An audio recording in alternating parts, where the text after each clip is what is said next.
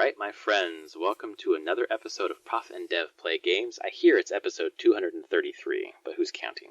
My name's Larry, the professor. I teach English down in California, at least for now, until my college is closed due to coronavirus, which is probably inevitable. I'm at Prof Plays Games on Twitter. Over there is Anthony the Dev at SummerSpeak on Twitter. How's it going? It's going okay. Surviving. Family has all been sick for weeks without coronavirus. So we're all generally healthy, getting back to the healthy point, so we can all get sick with coronavirus. Because it's going to happen. I mean, maybe. That's how these viruses spread, right? Eventually, Yeah. You just get, everyone runs up to the rat in World of Warcraft and infects other people. Yeah. Oh, God. You know, I just go around licking people anyway, so why not? My daughter does the same thing, so I mean, she's going to get it, give it to us. that's how you build your immune system, right? Yeah, I'm a little worried about her giving it to the grandparents, though. Yeah. They're in the age range this will not be good for. Yeah. So. Yeah, it's a pretty big deal up here. So. Yeah. Seattle it's kind of funny not funny, but I feel like California was making the news first, Orange County and then Fresno or whatever, and then all of a sudden Seattle's just like that nursing home and everything, just boom. They're like, hold my beer. Yeah, pretty much, man. It's really sad, and the leadership on the national level is just unreal. How bad it is. Yeah. I mean, I've thought that for 4 years, but this is really. Well, it's an actual real crisis. Yeah, not manufactured, not exaggerated. It's a real thing. Yep. It is not just going to go away. Right. It's unbelievable. So yeah, that's where we're at, and yeah. Speaking of not going away, Final Fantasy VII Remake is not going away. No. We were talking about that today. The demo dropped, the 3rd of March? Like a week ago, basically? Yeah, it would have been the original launch day before it got delayed. Oh, that's right. 3/3/2020 was the original launch day. So that's when they put out the demo. And today we're going to talk about our impressions of the demo.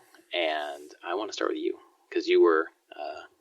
I have not finished Final Fantasy VII, the original, but you have. So I'm wondering what your thoughts are on this remake. Well, I mean, the remake is effectively just the very beginning of Final Fantasy VII. Oh, true. I've actually beat that part. Yeah, I'm sure you have. I'm pretty sure. Yeah. No, it's not even out of Midgard. The demo. Oh, the original part is just Midgard.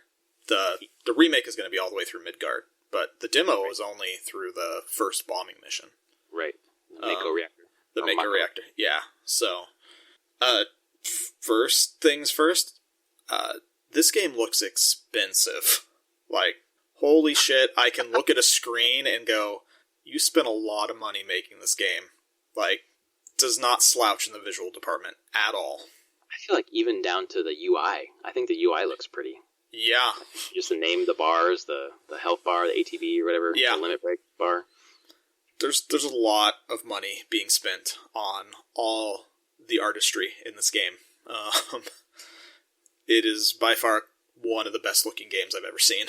Yeah. And it's just from the opening movie of the demo, which they did put out the opening probably a week before this demo, and just watching it again through the whole thing, it's all gorgeous. And then the transition point when you're playing it and the steam comes in and it transitions from I don't know if it's really pre-rendered video, in-engine video, to, this is actually just being rendered real-time right in front of you. And we're going to spin around and now you're just in control. Yeah, that was such a cool piece on the side of the train. Yeah. Yeah, it's just like, what the hell? I'm impressed by the demo quite a bit. I was worried about how they were going to pull this off in the end, and how do you tackle something that is revered so much in the RPG space, because you still want to stay true to that nostalgia that's there, right? But it's a remake. It needs to be something new, and they do it. It hits the right nostalgia beats for me, but expands on things in pretty great ways. Little more character moments. The dialogue's different, right? The dialogue is. I mean, some of it's the same, but then they've added more dialogue. I feel like some of the side workers, I don't remember their names. Jesse. Oh, Jesse. Yeah. I love Jesse so much. But that wasn't a piece from the original one, right? A couple of the lines are, but not nearly that much. I thought that was really, really smart because it got me into those side characters, and I thought, well, this world is deeper than I thought. Yeah, which is probably a good sign because they are going to expand out the first chunk of the game to be a full, I think they said like 25-hour experience. Jesus. So, I mean, to do that, you really need to expand a lot of these side characters and add more depth to that, to those relationships. And I think they are, just based on this little bit. So yeah, visuals are fine. I really did enjoy the combat system quite a bit. And did you play with regular mode? Did you play classic mode too? Or I have not played classic. I want to. Okay, neither have I. Yeah. Okay, so you just played the straight up regular. Played it normal. Mm-hmm. And the one thing about it, I was just like, this is, I think, what they wanted about with Final Fantasy 15. Yeah, with the slow motion. Yeah. And a pause menu, right? It just pause menu, and you could jump between characters and completely control the other characters in your party. Yep. It just really felt like the next progression of 15's combat system. Just it felt reined back in a little bit and tactical. Yeah, it felt iterated on in a way that made it feel so polished. I had the same thought back to that's the way that the game slows when you're going through your menus and such in 15. Yeah. And this just felt more intuitive to me. Yeah. Maybe because it's simple. I don't know, because you're basically hitting X to do your attacks, but then you hit square to do your attacks. Then you hit the X to open the menu and do your different abilities, and it just all felt like a really natural way to blend in that real time combat with the turn based combat. Yeah. So I'm really excited to keep to get the full game and explore it even more. If there's one thing I can say, I don't think it's a negative against it, but it was by the end, whenever you're fighting the boss. Oh yeah, there's a lot you're juggling in that game. Yeah, it was a bit overwhelming. My problem with that piece specifically was when one of your characters got caught by was it a scorpion or whatever it was. Yeah. And then you had to switch to the other one to try to get them off, and I just couldn't quite aim or figure out the controls quickly enough to help my party member before they were thrown off, basically. Yeah. Or thrown down. Yeah, I wonder how it's going to be whenever you have the full party there, which does make me go maybe I would enjoy classic mode more, where I'm just worried about doing the ATB stuff as it goes along. I need to replay the demo in that mode and just see if it's something that I would enjoy. Because I know it's not normal, but I think it's kind of cool that they put it in, where it tries to more match the original game, and you're just waiting for ATB to fill so you can use your abilities. But instead of the characters just standing on one side of the screen waiting to do their attack, they're actually attacking and dodging and blocking. So it's I'm impressed they're going to put something like that in for the entire game. Again, a lot of work, a lot of money into even doing all these little features. I just don't. What else is the really big impression? So there's all that gameplay. I like how it plays. I like how it feels. I like the exploration aspect of it. I think the maps look amazing. It's a great update to the pre-rendereds before, and the camera cutting to certain pre-rendered angles. Mm-hmm. That's the piece about hitting certain nostalgia beats of being oh, this was a specific angle in FF7, and now you've moved the camera specifically to that angle, and it looks amazing now, not little polygon characters. That's pretty cool. And it felt really good. Probably my favorite thing, though, from the entire thing, and because I've now put this on repeat now in the background, is the music is amazing. I'm glad you bring it up, because I was going to ask you, the music to me, and maybe I'm wrong in remembering this, but it feels like it's 80% original and 20% new beats laid in, or new... It's the original, but the originals were short, so it's expanded upon. Okay, so with new melodies and tunes? Yeah, it's new orchestration to the whole thing, and new arrangements to all of it, to blow it out to be full. And it's done by Nobuo Uematsu, the original composer. And it's amazing. These tracks are incredible. He brought it for this one. They were good originally back on the PlayStation 1. Final Fantasy VII had some of my favorite music from Final Fantasy. And now he's just, I don't know, just taken this all his experience over the past, 25 years, almost? Yeah, 95. Yeah, 25 years, and just reapplied it into much grander tracks and mixing in pieces of other tracks to emphasize kind of story beats. Because you'll see it at the beginning, because originally, like the opening when it goes down to Eris, they have her theme, like the theme, but they don't mix in any of that like darker tone stuff, because they do that when she's running out of the alley. There's like a cut to, it's not Sephiroth's themes, it's one of Genova's themes.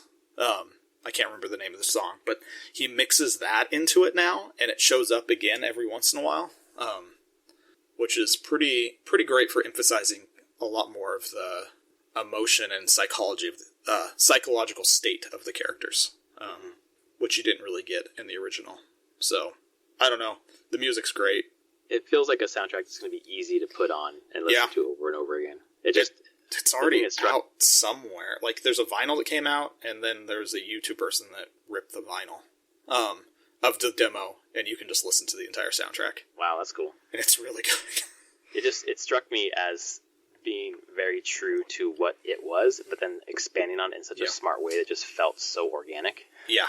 I don't know if this is going to, like, raise the bar on what a remake is, because I know that Resident Evil 2 remake that came out was like something that did that as well, but this just feels like a lucky time to be alive playing games, to take a game that is regarded as like such a classic, right? And then to up its game. Yeah. You know?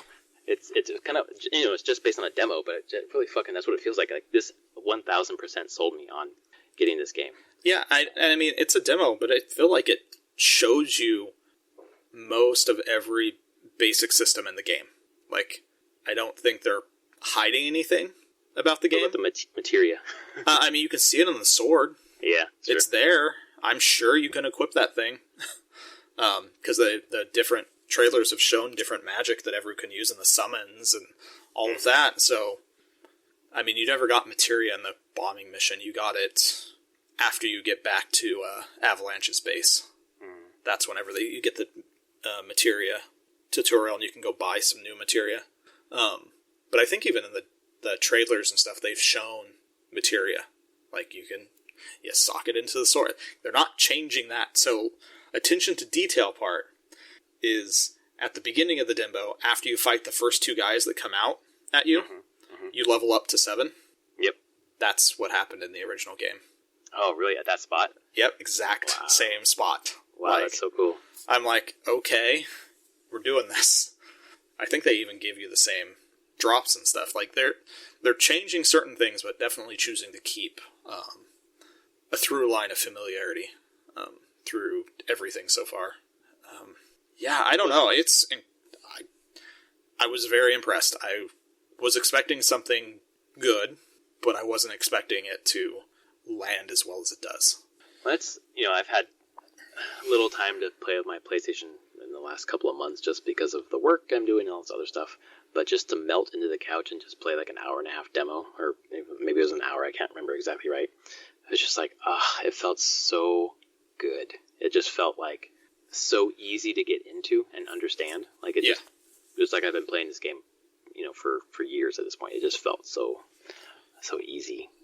Smooth. I don't know how to, like, what that term is for, like, the interface between, like, you using the controller and, like, there didn't seem to be any impediment. It just all was intuitive, made sense. It has really strong user experience. Yeah. They've worked really hard on that, clearly. And the demo in the beginning of the game seems to ramp you through the concepts pretty well. Piece by piece of, like, here's normal combat, here's what you can do, here's ATB. Like, each concept comes at you, and then you go fight the boss. Right, those little demos, or not demos, the tutorials kind of pop up. You're just going through, just like the original game did, and then you fight the boss, and you have to use it all together. But my god, like, that is such a small part of the this entire game. So... Yeah, 25 hours. I think that... And then I'm like, how long do we have to wait for more? That's I'm worried about, is that this is the first part of, 4? Maybe? 3 or 4. Yeah. And I don't know how they're going to do the next part. Because it's great. It's easy to say, okay, the beginning of FF7 only takes place in Midgard. It's pretty. Right. It's pretty on rails. For its time, that was very divisive. But like, it's a contained game almost in Midgard, and then the rest of the game isn't as contained as that. Like, you have the big open world, and you have more freedom to go wherever you want to go. And I don't know how they're going to do it. I don't know if that's the next parts are going to deviate more and be more strictly linear as well, and not do a big open world. Maybe they will. I mean, they did it. Maybe that's what this is coming out, and everyone there is working on building the big open world. Maybe they'll pull in, who was it that helped them on Final Fantasy 15? Monolith Soft? Did they really? I know Monolith Soft helped Zelda, Breath of the Wild. Did they also help Final Fantasy 15? They might have. I could be wrong there, but maybe that's what I'm getting it mixed up with. But they are the go-to open world guys. Xenoblade. Yeah, I don't remember them being involved in 15, but I wouldn't be surprised if they were. Studio for hire. We'll build out your open world for you. I don't think so. I think it was only Breath of the Wild, and I'm getting. I would like to see Cloud of the Wild. Cloud of the Wild. There you go. Mash up some things. Get freaking Cloud with his big Buster Sword. Crawl through Hyrule. Yeah, no, they didn't do anything with it, at least that I can find. So, no, but that'd be really cool. But we'll see. Maybe they'll take some of what they learned from 15's open world and kind of make a smallish open world for the next game. Mm-hmm. It's not the full world, but it's like a chunk where you can go between some of the major parts of the middle act. I guess that's probably where Eris is going to die. I bet that spoilers if you for the past 25 years. I don't know. Whatever. Yes, Eris dies. Eris dies. Eris always dies. But I could totally see that being the end of Act 2. Yeah. That'd be a nice cliffhanger, I guess, to end on. For people that don't know. I don't know. But even if you do know, like, it's a nice story beat to end. Yeah. And depending on how, I mean, it'd probably be still, if it's done in this quality bar and this visuals, it's going to be, in the music, newer music to back it, it would probably still be a pretty emotionally wrenching part of the game. So realistically then, it's been, 4 years since this was announced? Something like that. But I remember this has gone through some hell. Yeah, that's true. Because it was from someone else. Yeah, someone else was deving it for at least a year. Yeah. Before Square had to pull it back in-house and pretty much start over. Right. That's true. I'm wondering, 2 years, right? Or they're on a 2-year case. Could they do that? I don't know. Yeah. I mean, demand for me. We're going to get this, and then Cyberpunk will be good for a while. This game reached full development stage in late 2015. It was being handled by Business Division 1 and internal production. I'm trying to see when it was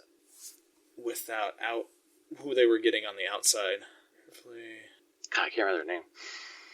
Shift for development. There it is. In 2017, the game's development focus shifted from being developed with external partners to being primarily internal project. So I didn't say who they were using. Is that right? That's not right. No, it was. It was partnered with video game developer CyberConnect 2. Yes. My brain is not tickled yet. So yeah, they pulled it back in-house. So they started in 2015. It looks like they probably spent 2 years with external people working on it. Mm-hmm. And were like, it's not hitting our quality bar. And then pulled it in-house, and they've spent 2 years, 2.5 years probably, getting it to what we're seeing. So maybe, I would say 2.5 to 3 years before the next part. Yeah, I guess that makes sense. Unless they've also gone really far in developing a really good tool chain to make content and just do the next part quickly. But it's game development, and I don't believe that one bit. It's like good intentions up front. You're like, yeah, we've got this great tool. And then you're like, man, we really want to do these things that the tool was never designed for. Guess we can't use that tool. Guess we're just going to start fresh. So, yeah, I think we'll get it now. And yeah, 2023. Let's be honest. I will bet 2023 will be the next part. That sounds about right. Multi-game. We'll have plenty to play until then and talk about as well. And just like last week, I am pre-ordering the game while I'm playing. Nice. While I'm doing the podcast. Oh, man. Yeah. Oh, here we go. Each game is planned to be on a similar scale to Final Fantasy 13. Part 1, 2, or 3? All of them. All of them. Each one is supposed to be about the size of Final Fantasy 13. Oh, I see. So then they're expecting a cadence of 3. Maybe? Something? Yeah. Mm. So, there you go. FF13, time to beat. Really? How long to beat? Main story, how long to beat, is average of 50 hours. For Final Fantasy 13, yeah. Wow, okay. So, probably shorter than that.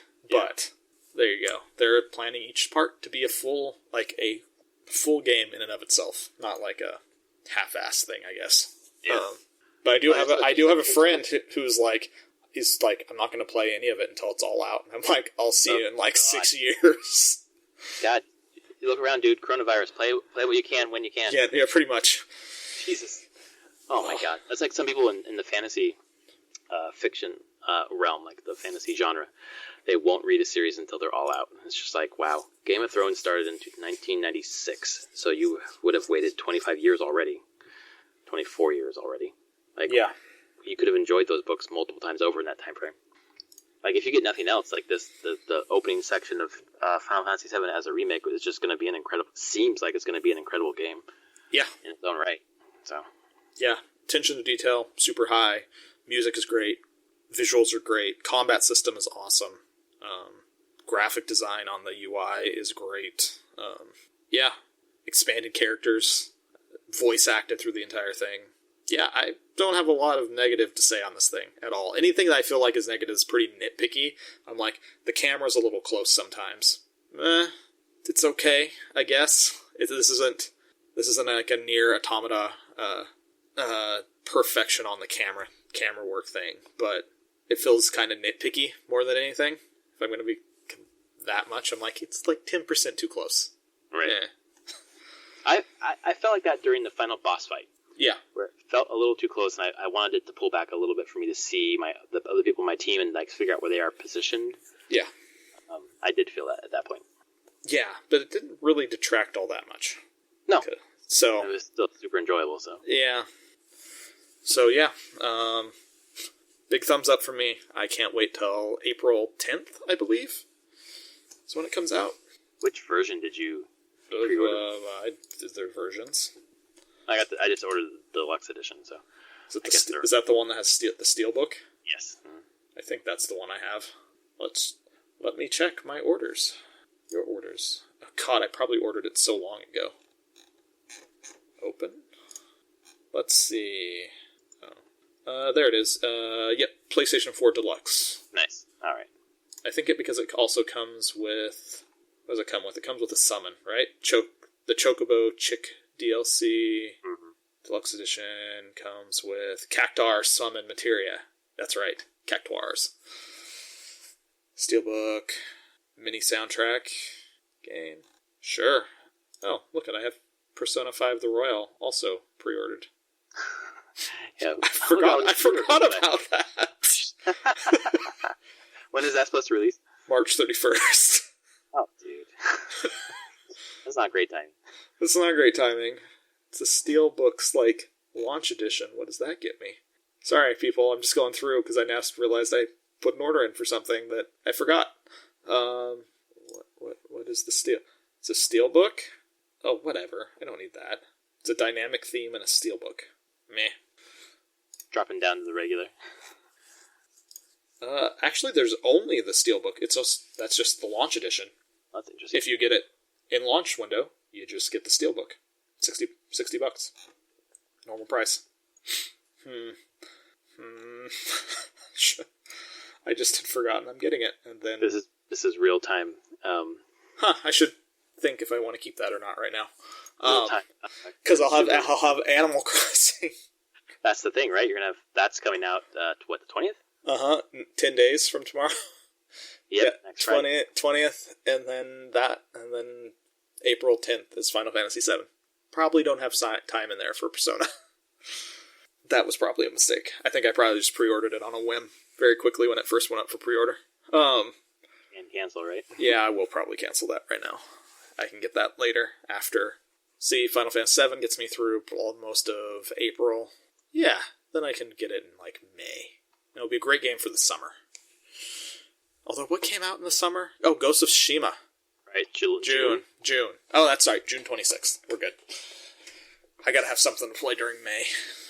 To then. So, well, yeah. So that's Final Fantasy VII. You're gonna get it? Yeah, I just pre-ordered it, and I got a thing on my phone that says, you have been denied your charge on Amazon, because I forgot that I got a new debit card today, which I need to take care of, and then reorder. So this week, covering what I've been playing, it's that, and then a little bit of, what's it called? The Impossible Lair. Ukulele and the Impossible Lair with my daughter. She wanted to play that game, so she likes that game. It's a side scroller, kind of like I think it's trying to model after Donkey Kong Country. Okay. With the ukulele characters, but there are just secret doors you can go into, so it looks like a house to my daughter, and she's like, "Go in that house, go in this house, go in that house," and we're just like searching the place for houses, basically, to go into. And that's how we play that game. It's so funny to play games with kids. Oh man, and what they are like paying attention to. Yep. My son was always about stairs. What's up? Go up those stairs. There's stairs there. Go upstairs. Stairs. Anytime there were stairs, just go up the stairs. See what's up there. That's all that mattered. That was the most important thing. And got very frustrated if I wouldn't go up the stairs. Like, I know there's nothing up there. Just Daddy, go. Go. I want to see myself. Go up the stairs. But I mean, I guess in the real world, my son enjoyed like escalators beyond belief for many years. Like, do you want to see anything? No, let's just ride the escalators. Up the escalators, down the escalators. It was the most amazing thing. Oh, that's cool. What else have I played? I played the demo. I played, I probably played like 2 hours of Black Mesa, which is, we're talking about remakes, is the Half-Life 1 remake by a mod team, basically. And then, I mean, Valve has been cool enough to let them charge money and actually, like, make money for effectively making a Half-Life 1 remake. I don't get that, though. Are they getting a kick or some of that money? I mean, don't you, like, open the door for other people to do that? And I don't know. I have no clue how it works. Like, but Valve has clearly let them do it. So, and they charge when it's like $20. So, I don't know how the deals work behind the scenes and everything. But from, like, a game standpoint, one, it reminds me that the original Half-Life is a fucking incredible game. Yeah. Like, even today's standards, it's so good. The opening of Half-Life is so amazing. Through the tram ride to unforeseen consequences and escaping and getting the crowbar for the first time. Just full of just tense moments. So, and this remake does a great job of just expanding that opening, changing some of the stuff around so it's a little bit tenser, having some companion characters here and there. So, like, where you would normally get a pistol originally in original Half-Life 1, instead of getting a pistol, no, actually, it would be where you got the crowbar originally. You have a guard who's accompanying you. Who has the crowbar? No, who has a gun, shooting things. Like an actual, like, security guard. Who's helping you get through the area, because you're a scientist, you don't have weapons yet. Right. It emphasizes that a lot more as it goes along. And then, yeah, you get the crowbar, and then you get a pistol, and continue along. Like, I would say if anyone who's ever interested in, like, one of the foundational games of, like, FPSs, you should pick up Black Mesa and play it, and experience this. I have such vivid memories of playing Half-Life, even though I probably got through half of it, and then I went back to college or whatever. I don't remember exactly what happened. But it's such a vivid game in my memory. Yeah. It's odd for a game I didn't finish. Yeah, there's a lot of just very, very memorable moments in the game. And then the Black Mesa does a great job of, it uses reauthored sounds, but they made the sounds sound exactly the same. So it just hits getting health, getting energy, the head crabs jumping at, like, all the sounds are just like, again, it's just hitting those nostalgia parts of my brain of like, Right. oh my god, how many times did I run up to health stations and refill my health, and just that looping sound while you're refilling. Because they're on the wall, right? Yeah. Yeah. Fucking hell. It just feels so iconic. It is iconic. Yeah, obviously it fucking is, but just it's something I haven't touched since I was sophomore year of college, I think. And it's still like vivid in my mind. That's crazy. Yeah. And this is a great way to re-experience it. So I highly recommend it to anybody. It's $20. And is it? Yeah. I was navigating to the Steam store right now, and I found Super Bernie World. Which is a thing, apparently. But I was looking for Black Mesa in the top selling, and it's not there. I'm surprised. When did it come out? Recently? Last week? Oh, there it is, Black Mesa. It was in the new and trending, but not in the top selling. Huh. That's weird. That's a little surprising. I mean, it's been in early access for like 4 years. Okay, so people have been playing it there already. Oh, yeah. Like, this the thing I just held off until it was 1.0, which they had made it through the entire... redoing the whole game, and supposedly what's crazy is they redid arguably, not even arguably, pretty much objectively the worst part of Half-Life, which was the end. When you go to the alien planet, Zen, and it's terrible. Well, not terrible. I played a lot worse games than that, but for the quality bar that had been set so high through all of part of Half-Life, you go to the end, which is just okay. The mod team spent a lot of time redoing the end, quite a bit, and supposedly it's fundamentally different, and not changing the story, but they expanded Zen, which is the alien homeworld, and just tried to smooth it out and bring it up to the quality bar of the rest of the game. So I'm very curious how that ended up working out, because let's see, right now on Steam they have recent reviews 2,306 are overwhelmingly positive. 96% have given it a positive review in the past 30 days, and then it has just over 26,000 total reviews, and 95% of those are positive. I love this review from Taz, who posted it today. He played 2 hours. He says, "Take an amazing masterpiece like Half-Life and make it suck. Good job, guys." Oh, that's funny. Oh my god. Did you find this helpful? No. No. It is kind of funny though. Yeah. Highly recommend it for anybody who wants to revisit the game or has never played it in the first place. Yeah. And wants to understand why this still holds up and why we're very sad that Valve doesn't really make games anymore. To the point where they let someone remake their own game. Yeah. Obviously they get a cut anyways when it's still on Steam, so whatever. I know. Cool. It kills me. But I guess, actually, in a couple weeks, I get Half-Life Alyx. So, and I have the VR headset. Right. No, I don't have the dev kit. I have an actual Oculus. Oh, you do? Yeah. I have a friend. What did they get? Did they get a Vive or did they get an Index? They got a newer. You got a new toy. You got the new toy, and I got the old toy, which is a retail Oculus. So I have a retail Oculus. That's cool. I haven't hooked it up in a very long time. And then I have a person at System Era that has an extra set of motion controllers that they're going to give me. Nice. Are older motion controllers. So, yeah, I'll play Half-Life Alyx and see what it's like. And see if I vomit. Hope not, I hope but you don't. Possible. How long is the game supposed to be? Like 15 hours. Wow, that's a long. I mean, it's a full game. Yeah, like it's not. And there's trailers. It looks really good. Like just the crazy things that you can do with the motion tracking, the grabbing, and interaction with the environment. Yeah. But we'll see. I will give that a shot. I'll work at hooking everything back up. Because, God, hooking up a VR headset to your computer takes a lot of USB ports. Holy shit. I'm looking forward to your description of the two games you're about to play, Half-Life Alyx and hooking up this thing to your fucking computer. I know. But also comes out after Animal Crossing, ports. Which is bad. Oh, yeah.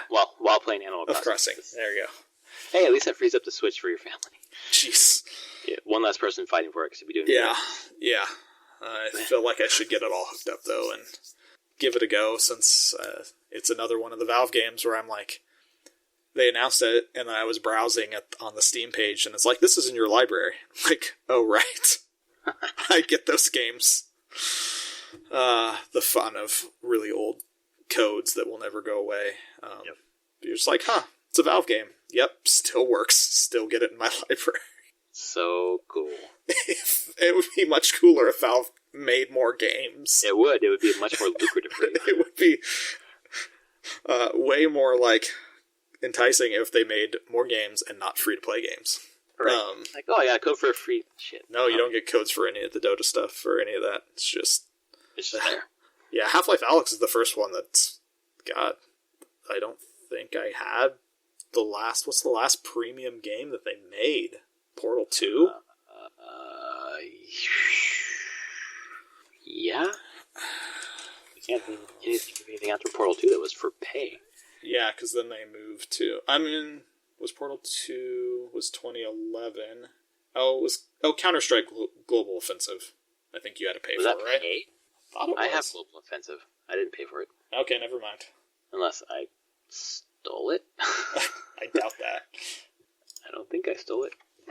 I don't think I got a code for it. Global Offensive, yeah. CSGO? I don't think I fucking bought that game. Did I buy that game? That was a long time ago if I did, man. For Dead Aliens. Portal 2, Global Offensive, yeah, Dota, and a bunch of stuff. Our audience is screaming at us. I'm sure. I'm just looking at what they've made, and no, I don't...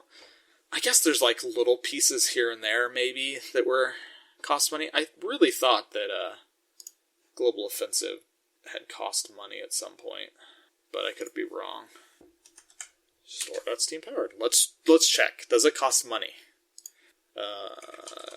Counter-Strike, Global... No, it's free to play. Yeah, okay. Thank you. Speaking of, not related, I guess, as I was mousing through trying to figure out the Valve games, I came across Team Fortress 2, said 384 hours on record. Oh man, that's 16 straight days of playing Team Fortress 2. That is by far the game I played the most in my life. Wow. What is mine at? Oh, I'm not logged in right now. Let us see. I mean, I think you probably have more than I do. I bet mine says... yeah, I bet I only have just over 100 hours. In TF2, yeah. Oh, is that your highest game, too? No, it's not my highest. That the shit out of me. No, that's not my highest game. What is my... so my highest game is actually Space Tyrant, because I was... every time I went into develop on it, it logged me into Steam. Grim Dawn, actually, at 167 hours. Is your highest game? Yeah. On Steam. Battletech at 118. Mass Effect 2 was at 89. Although, that's a little bit weird, because I played Mass Effect 2, like, twice on Steam, but then I've played it, like, twice on Origin. Wow, why isn't TF2 even on the list, even though I played a ton of TF2? Did something change where it just doesn't have my hours in TF2? Seems unlikely. Team Fortress 2. Yeah, it only says I've only played Team Fortress 2 for 2 hours, and I know that's bullshit. That is complete bullshit, because I played a lot more than the TF2 studio rumbles between game studios. Wow, why does it have that? Now I have to look, what's Half-Life 2? Half-Life 2 says I've only played 96 minutes. How did something really messed up there. Doesn't even say that I've played Episode 2, Half-Life 2 Episode 2, even though I have 7 achievements in it.